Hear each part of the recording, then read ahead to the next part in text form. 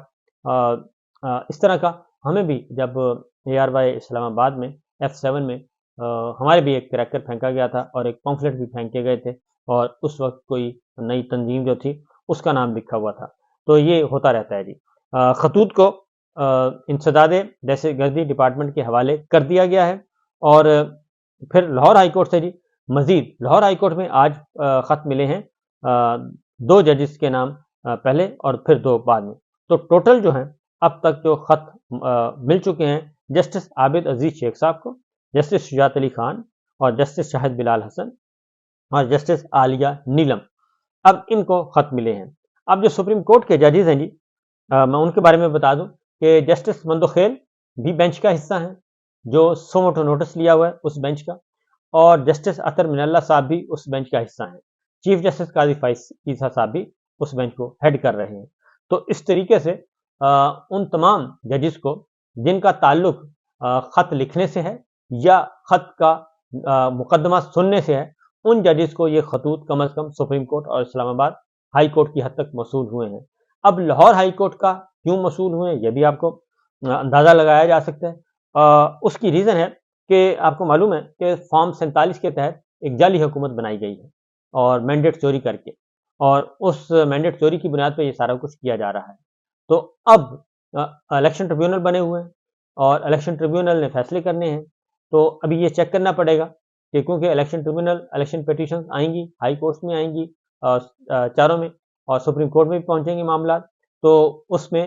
کس حد تک یہ پریشرائز کر سکتے ہیں، بلیک میل کر سکتے ہیں۔ تو سپریم کورٹ کو جو خط ملا اس میں بھی یہی ہے۔ تو مسئلہ آخر کیا ہے، اتنی کیا پریشانی ہے؟ اب راول پنڈی جی پی او اور اس کے گرد و نواح سے یہ خط پوسٹ ہوتا ہے اور ڈالا جاتا ہے، اور پتہ چل جائے گا اگر نیت ہوئی تو پتہ چل جائے گا۔ دوسری جانب کچھ خطوط جو ہیں وہ اسلام آباد سے بھی پوسٹ ہوئے ہیں، کچھ پنڈی سے ہوئے، جی پی او پنڈی سے، اور کچھ اسلام آباد سے ہوئے، اور جو دوسرے ملے ہیں جی، تو میں آپ کو تحریر بھی آپ کو بتا دوں، ذہن سے نہ نکل جائے، کہ اس میں جو ملے ہیں تحریر، اس میں ایک تو یہ وہ جو خطرناک نشان بنایا ہوتا ہے بالعموم بجلی کے کھمبوں پہ لگا ہوتا ہے، خطرہ 440 وولٹ، اور اس کے ساتھ یہ ہے جی ورسٹ فارم آف جسٹس کے بارے میں ہے، یعنی کہ پاکستان میں جو انتہائی بدترین نظام انصاف ہے اس کا یہ ٹائٹل دیا ہوا ہے، اور تحریک ناموس پاکستان اس پہ لکھا ہوا ہے، اور اس میں انہوں نے لکھا ہے ججز کو اور سپریم کورٹ آف پاکستان کو کہ آپ لوگ سپریم کورٹ آف پاکستان کے جو ہیں، اور یہ جسٹس انصاف جو ہے ملک میں انصاف کی جو صورتحال ہے یہ ساری کی ساری بہت ہی، انہوں نے کہا جی خطرناک حد تک ہے، اور آپ لوگ کر کیا رہے ہیں، آپ نے ملک برباد کر دیا، آپ نے یہ کر دیا، آپ نے وہ کر دیا، اس طرح کے الزامات ہیں، اور کیوس ہے ملک میں جی، اور اس طریقے سے کرپشن ہے، پاورٹی ہے، اور یہ ساری چیزیں، پورے کا پورا ملک جو ہے وہ ڈس آرڈر ہے، اور اس میں آپ کا بڑا رول ہے، اور آپ یہ کیا کر رہے ہیں۔ اس میں پھر آگے جا کے انہوں نے لکھا جی کہ اس میں لکھا ہے کہ ججز ہیں، جنرلز ہیں، پولیٹیشنز ہیں،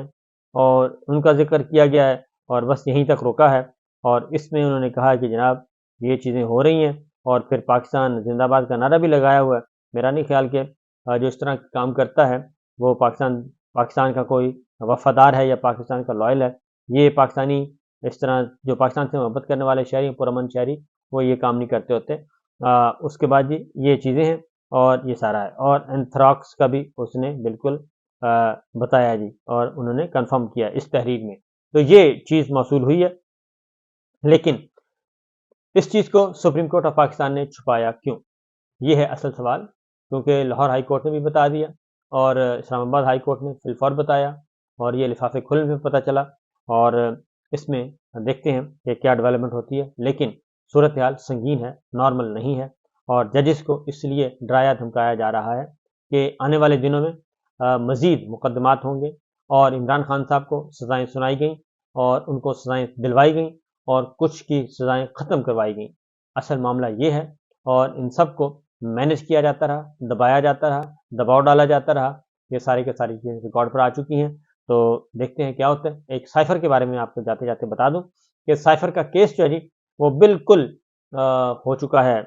تقریباً وہ فارغ ہو چکا ہے، اور چیف جسٹس عامر فاروق صاحب نے اور جسٹس میاں گل حسن اورنگزیب صاحب نے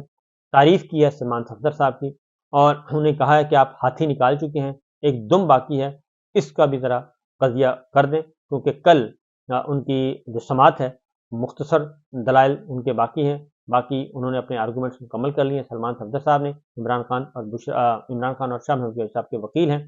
انہوں نے یہ ساری باتیں کر لی۔ اب آخری سوال ہے جو کہ ان کو اپریشیٹ کیا گیا، تو چیف جسٹس عامر فاروق صاحب نے بھی کہا، اور میاں گل حسن اورنگزیب صاحب نے بھی کہا، انہوں نے کہا کہ جی آپ صرف اس بات کا ہمیں بتا دیں کہ یہ جو خط ہیں، عمران خان صاحب کو سزا دی گئی ہے خط کے واپسی نہ آنے پہ، یعنی کہ سائفر کی کاپی جو ہے وہ واپس نہیں آئی، اس لیے ان کو سزا سنا دی گئی۔ تو قریشی صاحب کو دی گئی ہے معاونت کی،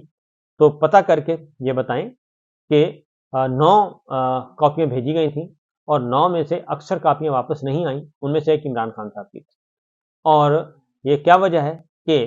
صرف عمران خان صاحب کو سزا سنائی گئی اور باقی کسی کو سزا نہیں سنائی گئی، بلکہ کسی سے پوچھا ہی نہیں گیا؟ تو اس سوال کا جواب ہمیں کل لا کر دیں، باقی کام آپ کا ہو چکا ہے۔ یہ ہے، اجازت دیجیے، اللہ حافظ۔